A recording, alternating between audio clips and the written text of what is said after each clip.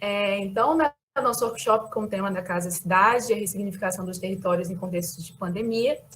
E nessa aula de hoje a gente vai focar um pouco mais sobre a questão prática, né, da reflexão por meio do BIM e do GIS, do software do InfraWorks, que é o que a gente vai utilizar para fazer esse exercício.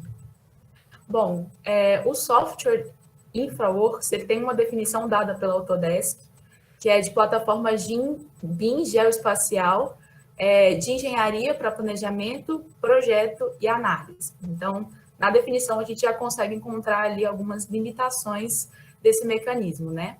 Mas o que eu queria destacar para hoje, também ao longo do nosso exercício, é que, por ser um software BIM, ele consegue interagir diretamente com softwares de outras plataformas e até de outros desenvolvedores, né? Então, ele consegue lidar diretamente com o ArcGIS, que é um software voltado para o geoprocessamento, para a criação de mapas, cartografias, análises, que é de outro desenvolvedor.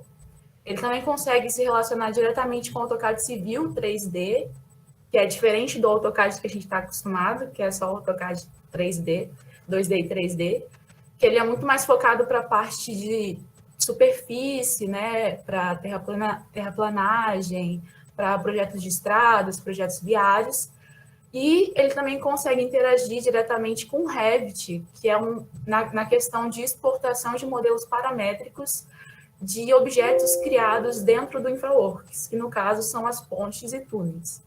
Tem uma diferença entre objeto 3D e objeto paramétrico, né? O objeto 3D ele é um objeto que tem que é em 3 dimensões, mas nem sempre ele é suprido de dados. E o objeto paramétrico ele já contém esses dados, essas informações que vão fazer com que esses quantitativos sejam extraídos, né? Para projeto, para planilha, orçamentação e etc.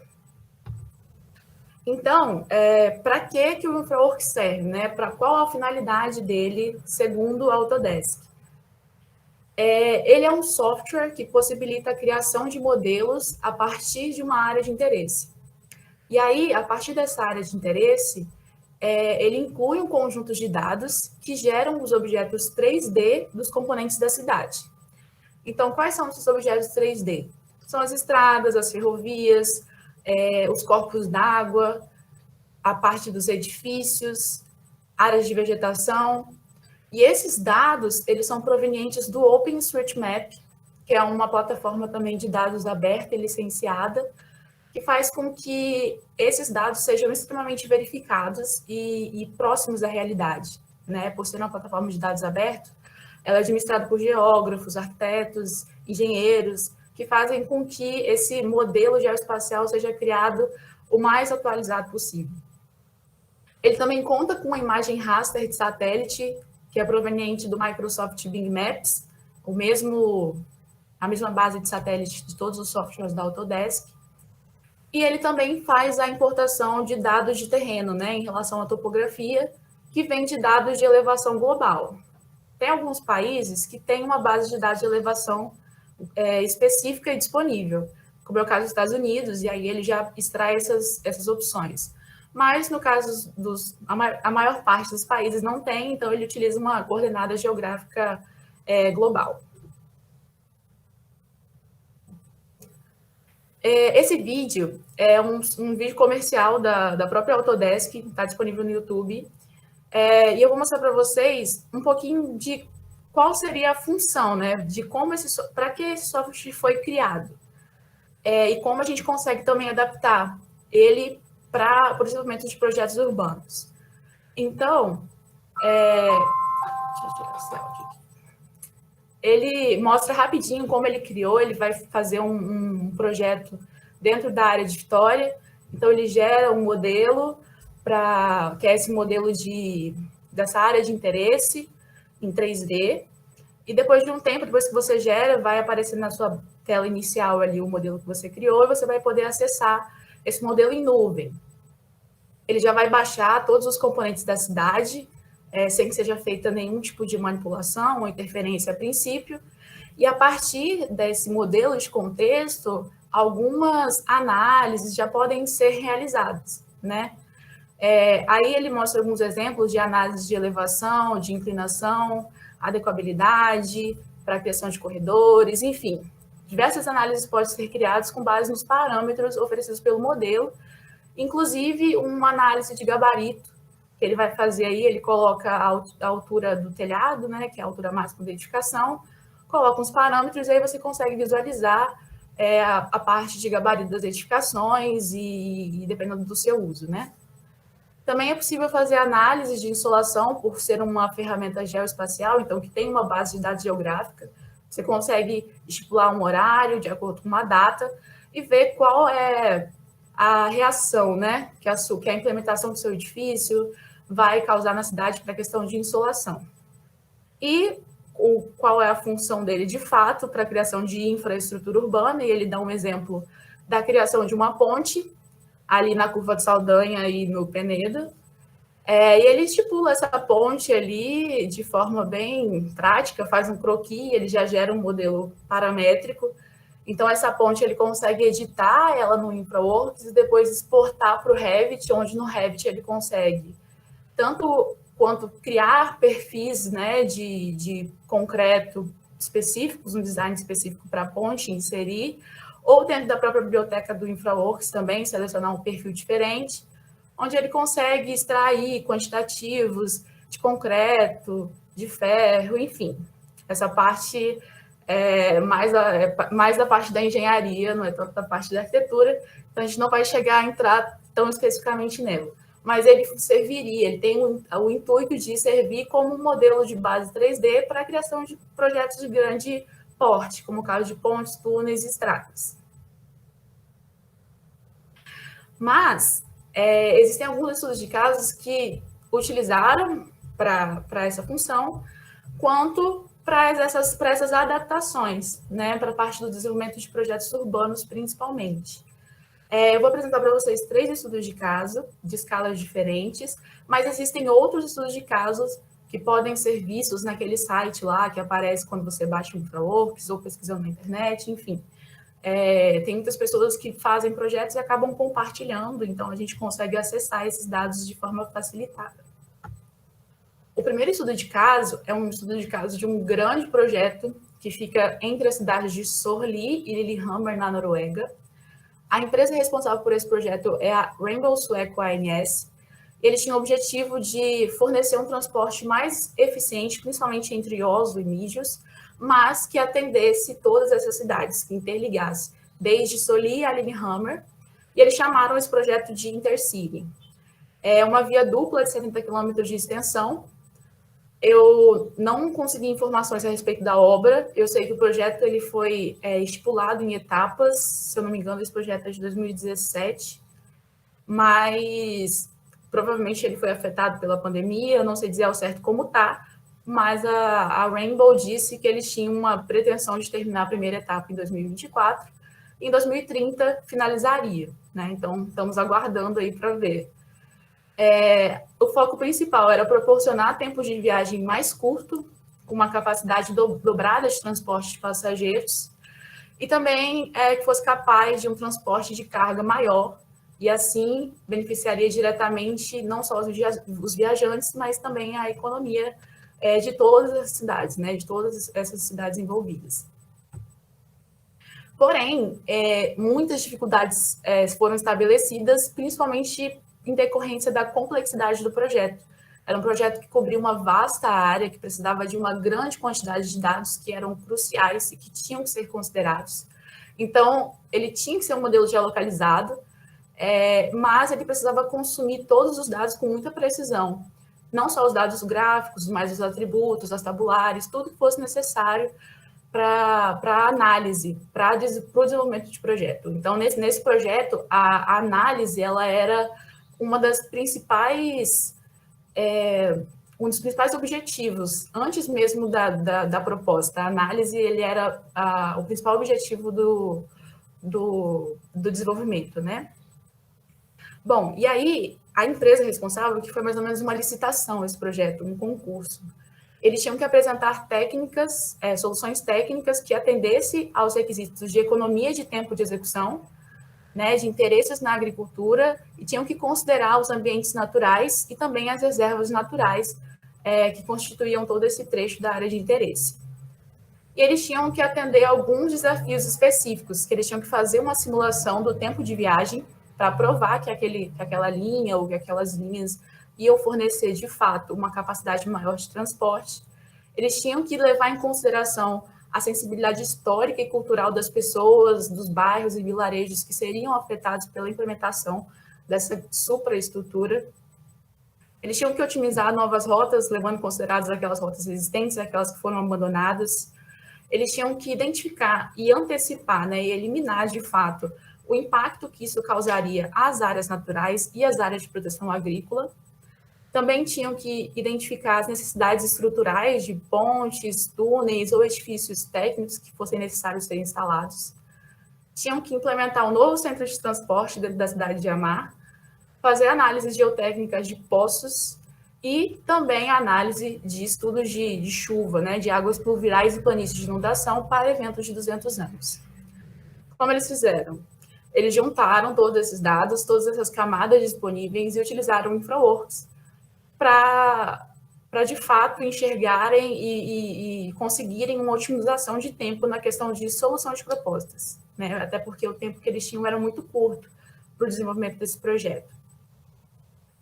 Esse vídeo é um vídeo comercial também, que é da empresa, só mais para vocês terem noção da questão das áreas, né, do impacto que esse tipo de infraestrutura poderia causar no território, porque era uma linha extensa e que ia cortar muitas cidades, então tem a parte de proteção agrícola, eram grandes áreas de produção agrícola, dos vilarejos,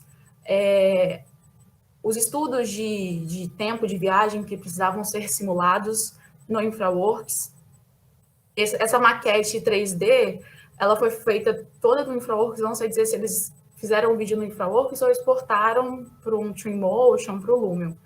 Mas toda essa base topográfica, né, de áreas verdes e áreas vegetais foi modelada no InfraWorks. Então, eles conseguiram também mostrar para aquelas pessoas interessadas, né, as instituições governamentais, a população, os agricultores, enfim, todas as pessoas que fossem afetadas com essa nova implementação, como de fato ficaria, né, como seria o resultado final da implementação dessa grande estrutura.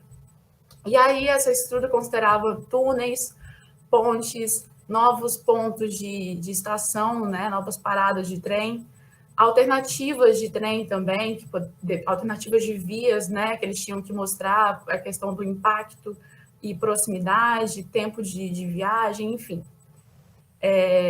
Esse vídeo está disponível no YouTube, quem quiser pesquisar um pouquinho, é só procurar sobre Intercity que vai encontrar as informações a respeito desse projeto. O segundo projeto, ele é um projeto bem mais acessível, bem mais próximo da nossa realidade, né? A Noruega é um país mais desenvolvido, então esse tipo de concurso ou até mesmo de custo e viabilidade de projeto é um pouco maior, então eu trouxe um projeto que é um pouco mais próximo da nossa realidade, que é em Medellín. A empresa de Saroro Urbano é uma empresa que trabalha com a integração de BIM e GIS no desenvolvimento de projetos. Se vocês forem lá no site deles, no YouTube, vão ter várias propostas, vários projetos até realizados já, que utilizam esse tipo de metodologia. Esse que eu vou mostrar agora é um trecho do centro de Medellín, onde o objetivo deles era aumentar a habitação e melhorar as condições de saúde através da mudança e da alteração na infraestrutura da cidade. Então, o ideal era fazer um planejamento de comunidade mais segura, oferecendo melhoria em transporte, saneamento e também em espaços comunitários. Para isso, eles usaram o InfraWorks, o Revit e o Civil 3D para analisar os dados do mundo real e criar uma modelagem de contexto. A modelagem de contexto é justamente fazer essa estruturação da cidade, né, e perceber de forma um pouco facilitada como as propostas e como as suas alterações podem afetar não só aquelas pessoas que moram em torno, mas principalmente a questão geográfica, né, custos, otimização de tempo, né, e etc. Esse segundo projeto não tem muitas informações disponíveis, mas eu trouxe essa imagem, que é uma imagem que foi extraída direto do InfraWorks. Vocês conseguem perceber a riqueza de detalhes, né, na questão da topografia, das elevações, até mesmo da camada raster. Eles utilizaram uma camada de ortofoto mais atualizada do que aquela da Microsoft Bing, então fica um pouco mais realista de acordo com a qualidade de imagem que você utiliza. Os edifícios que estão em branco seriam aquelas casas, residências que seriam mantidas, mas a implementação desses edifícios aqui, que foram feitas todas em Revit, foram inseridas no InfraWorks, e provavelmente essas que estão só com a imagem aqui, seriam aquelas casas que seriam removidas, né? Já que a ideia, uma dos objetivos, era fazer com que a população que mora em área um pouco mais, na verdade, em áreas de risco, né? Que são as encostas das elevações ou dos rios, viesse para habitações próximas às suas casas de origem, né? Que não tivesse aquela descentralização ou desterritorização do morador, mas que ele continuasse próximo, porém tendo condições de saneamento e de infraestrutura melhores. Esse projeto está em desenvolvimento também, mas eu ainda não consegui informações a respeito da finalização dele. E o terceiro projeto é um projeto aqui em Vitória, no meu projeto de graduação, onde eu fiz uma investigação sobre a capacidade de análise, concepção e desenvolvimento de propostas urbanas no InfraWorks. Eu fiz várias análises dentro do Centro de Vitória, mas eu vou apresentar para vocês um objeto só, que foi do Parque Natural da Fonte Grande. Quando eu estava no meu projeto de graduação, eu também estagiava no escritório, que foi responsável pelo desenvolvimento de propostas para os parques de Vitória.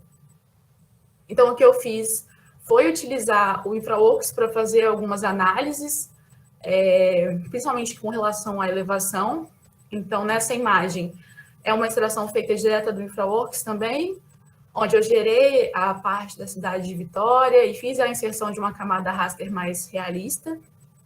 E também pude fazer várias análises. Essa aqui é uma análise de elevação, onde, de forma visual, você também consegue perceber os pontos mais altos da cidade. Então, os pontos aqui em vermelho chegam até 314 metros de altura em relação ao nível do mar, e que, para propostas de mirantes do Parque da Fonte Grande, foram cruciais. Aqui tem só umas representações com relação dessa importância de cidade e natureza, né? Enquanto é importante a gente pensar em propostas ou soluções, mas não só as propostas em si, mas a relação que ela tem com a cidade e, consequentemente, com as pessoas que moram ali perto. Vou dar um pouco de enfoque para esse mirante, que é o Mirante do Sumaré. Desse ponto que a gente tem aqui, de onde era o mirante antigamente, era um mirante bem pequenininho, e a ideia era estender esse mirante para atender uma capacidade maior de pessoas, porém, o desnível que tinha de um ponto até o outro era muito alto. Então, percebeu-se a necessidade de fazer esse mirante em desnível. Se fosse fazer ele nivelado, iam ficar com estruturas muito grandes e que as pessoas iam poder até entrar embaixo dele, né? Então, a ideia era, até mesmo por essa percepção, a implementação de desníveis e também não só colocar os desníveis, mas ver o quanto isso poderia influenciar na visual, né, do parque para a cidade de Vitória. Então, desse ponto que a gente tem aqui, nós teríamos essa vista, considerando o nosso recorte limite, né, que a gente tinha feito da cidade, nós teríamos essa vista, então a relação da cidade, dessa parte dos morros lá de Cariacica, e o mirante, esse mirante do parque, na verdade, os mirantes do Parque da Fonte Grande foram inaugurados em maio. Então, a gente foi lá e essa aqui é uma foto de como ele está hoje. Então, a gente consegue perceber como esse tipo de análise em GIS, que utiliza dados reais, consegue influenciar e contribuir de forma muito rica para o nosso desenvolvimento de propostas. Aí, agora, a gente vai passar para a parte da interface, que já é o começo da aprendizagem do software. A gente vai começar a aprender ele semana que vem. Mas a gente vai falar hoje sobre a interface, principalmente para aquelas pessoas que já tentaram, talvez, abrir e dar uma voltinha e mexer um pouquinho na ferramenta. Essa aqui é a janela de início, não tem muito segredo, é um tipo de software que tem um tipo de interface muito simples e muito visual, muito didática também. A primeira etapa aqui são as opções de criação de modelo, Você pode abrir um modelo existente, mas todos os modelos são criados em nuvem. Então, provavelmente, o seu modelo ele vai estar presente nessa lista. Mas você pode abrir o seu modelo, pode gerar um modelo novo a partir de uma outra base de dados. Às vezes, você tem uma base de dados própria, você pode criar o seu modelo, ou você pode gerar o modelo a partir dessa base de dados que é disponibilizada pelo próprio software. Essa lista são dos seus projetos, como eu disse, eles são projetos que ficam salvos em nuvem. Então, neste caso aqui, por exemplo, que tem essa exclamação aqui, era um projeto que eu tinha numa versão anterior do InfraWorks, e quando eu abri numa versão atual, ele já atualizou de forma automática, mas não se desfez da versão antiga. Então, são algumas vantagens desse tipo de integração de nuvem no software de desenvolvimento de projetos, o que faz também com que os projetos ficam muito mais leves, né? E se você, por exemplo, perder o seu software fechar, provavelmente você não vai perder nada, porque ele já vai estar salvo em nuvem. Você pode mexer ele offline, mas para salvar as modificações que você fizer no modelo, você vai ter que estar com conexão para a internet para ele poder atualizar. Nessa aba de links úteis, você pode encontrar esses estudos de casos, ver as questões de fórum de ajuda, participar da comunidade Autodesk, ver os treinamentos online, enfim. Indo para a parte da área de interesse, depois que você gera um modelo, dá para perceber que a barra de opções ela é simples e bem clara, assim, fixa. Se vocês perceberem, as ferramentas, elas não mudam nessa parte que são fixas aqui do lado direito. A única que vai mudar é aqui a parte de gerenciamento e criação, que são da barra de opções. Mas todas as outras ferramentas, elas são as mesmas. Não tem muito segredo. Nessa parte de superior, o Ctrl+Z, Ctrl+Y, para desfazer ou refazer alguma modificação que você tenha feito. Abrir em tela cheia. Alguns atalhos de configuração do seu modelo. Essa barra de InfoCenter, que tem a relação direta com a Autodesk, para compartilhamento de modelo, para suas configurações de perfil também. Algumas ferramentas, essa primeira que tem um computador, é para a criação de um perfil, que aí já não é muito também a nossa área, que é para a parte de perfis viários. Algumas ferramentas de seleção, de mensuração, outro atalho de configurações. E esse aqui, que parece uma marcaçãozinha num livro, é uma criação de cenas. Como no SketchUp, que você consegue criar uma cena e deixar salvo, e depois você clica e o seu modelo volta, funciona da mesma forma. Então, você vai criando cenas para depois fazer renderização e vai salvando ali, e aí você pode ir colocando na cena que você quiser visualizar. Essa segunda aba, que tem normalmente escrito Master, é uma barra de propostas. Então, toda vez que você vai criar uma proposta nova, o ideal é você adicionar uma nova folha, como se fossem camadas de folha, para que suas propostas sejam separadas. Então, se você vai fazer essas modificações do seu modelo, faz uma proposta 1, porque caso você queira fazer uma proposta 2 totalmente diferente, não precisa gerar um novo modelo, ou ficar saindo, enfim. Você pode fazer tudo dentro do seu próprio modelo gerado. Essa barra de estilos é onde você consegue configurar as questões de visualização de forma mais conceitual, de forma mais realista, mostrar a curva de nível, esconder curva de nível, água realista, sol, céu, enfim, a gente vai aprender depois melhor sobre isso também. Aqui tem um cubo de visualização, e aqui na faixa de opções são onde as ferramentas de desenvolvimento e análise realmente acontecem. Essa primeira aba, de gerenciar, é uma das principais, porque, pelo menos para nós, arquitetos e urbanistas, porque essas outras, elas são um pouco específicas. Então, elas são um pouco mais gerais com relação ao modelo. Nessa primeira etapa, né, a criação do modelo, a questão de propriedades, para alguns quantitativos, propostas, enfim, umas configurações. Depois a gente vai entrar mais a fundo sobre elas. A parte de conexão de dados, onde você consegue inserir arquivos 3D, Shapefile, AutoCAD, Revit, enfim.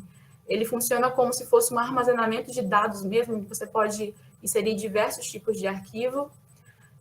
Você também consegue ver a sua biblioteca com seus objetos e conectar ele diretamente com o ArcGIS, já tem um plugin aqui direto. Na aba de exibição, você consegue fazer esse controle de exibição de camadas, deixar uma camada visível, sobrepor uma camada, ocultar, criar aquele mapa de análise de terreno, fica nessa parte de exibição, em mapas de terreno, e também ver as propriedades do seu modelo.